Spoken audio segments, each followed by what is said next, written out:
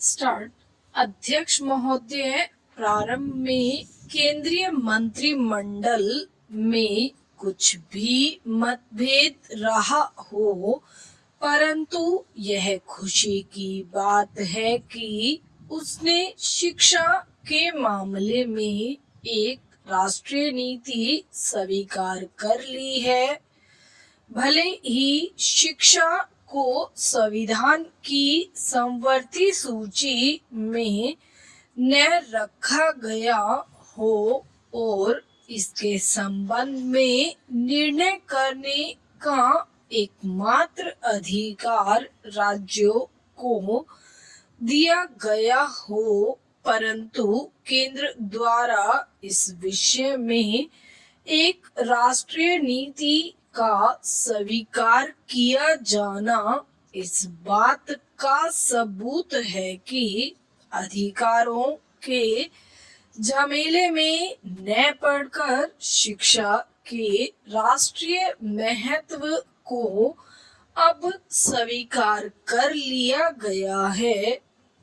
वैसे इसमें कोई शक भी नहीं कि राष्ट्र के समुचित विकास एवं निर्माण में शिक्षा का जो स्थान है, उसकी दृष्टि से उस विषय में एक राष्ट्रीय नीति अपनाकर देर से अनुभव किए जा रहे एक अभाव की पूर्ति की गई है। शिक्षा के क्षेत्र में जो अव्यवस्था और असंतोष चल रहा है, उसका उससे अंत हो जाएगा, यह कहना अभी कठिन है। यह सत्य है कि नीति संबंधी जो योजना केंद्रीय शिक्षा मंत्रालय ने बनाई, वह कोठारी आयोग की सिफारिशों तथा उस पर संसदीय समिति के निर्णयों पर सर्वाधिक आधारित है।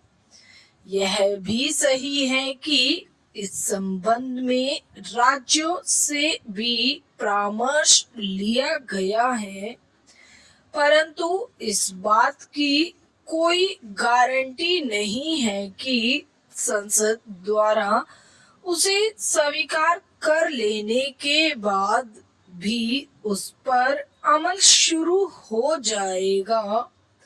यह बात राज्यों पर आधारित है और यह किसी से छुपा नहीं कि कुछ राज्य सरकारों का शिक्षा के विभिन्न मुद्दों पर कुछ न कुछ मतभेद हमेशा रहा है।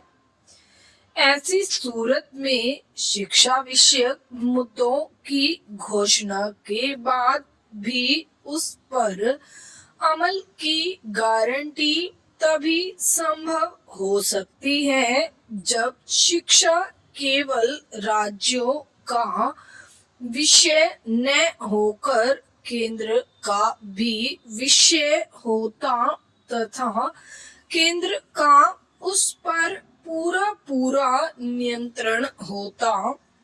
मेरे विचार में इसके लिए अगर आवश्यकता पड़े तो संविधान में परिवर्तन करना चाहिए ताकि शिक्षा के साथ और अधिक खिलवाड़ न हो सके।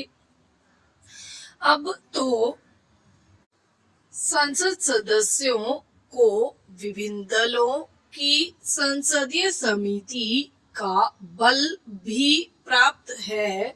ऐसी हालत में इस परिवर्तन में कोई भी फेरबदल नहीं हो सकता।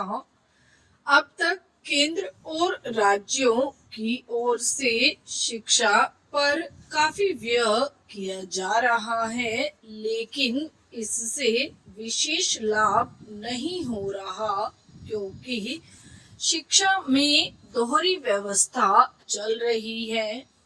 कई कार्यक्रम जो केंद्र में हैं, वे राज्यों में नहीं और जो राज्यों में हैं उन्हें केंद्र स्वीकार करने से हिचकिचाता है।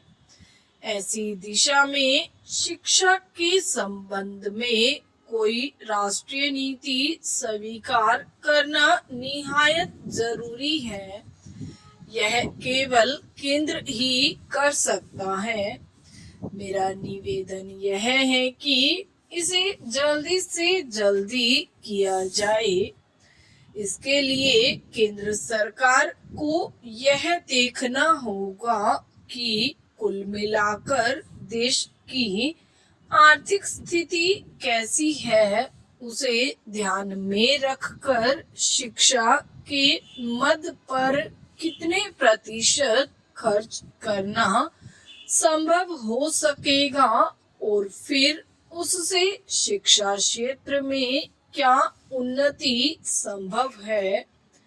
अगर हो सके तो इसके लिए एक निश्चित न्यूनतम अवधि निर्धारित कर दी जाए।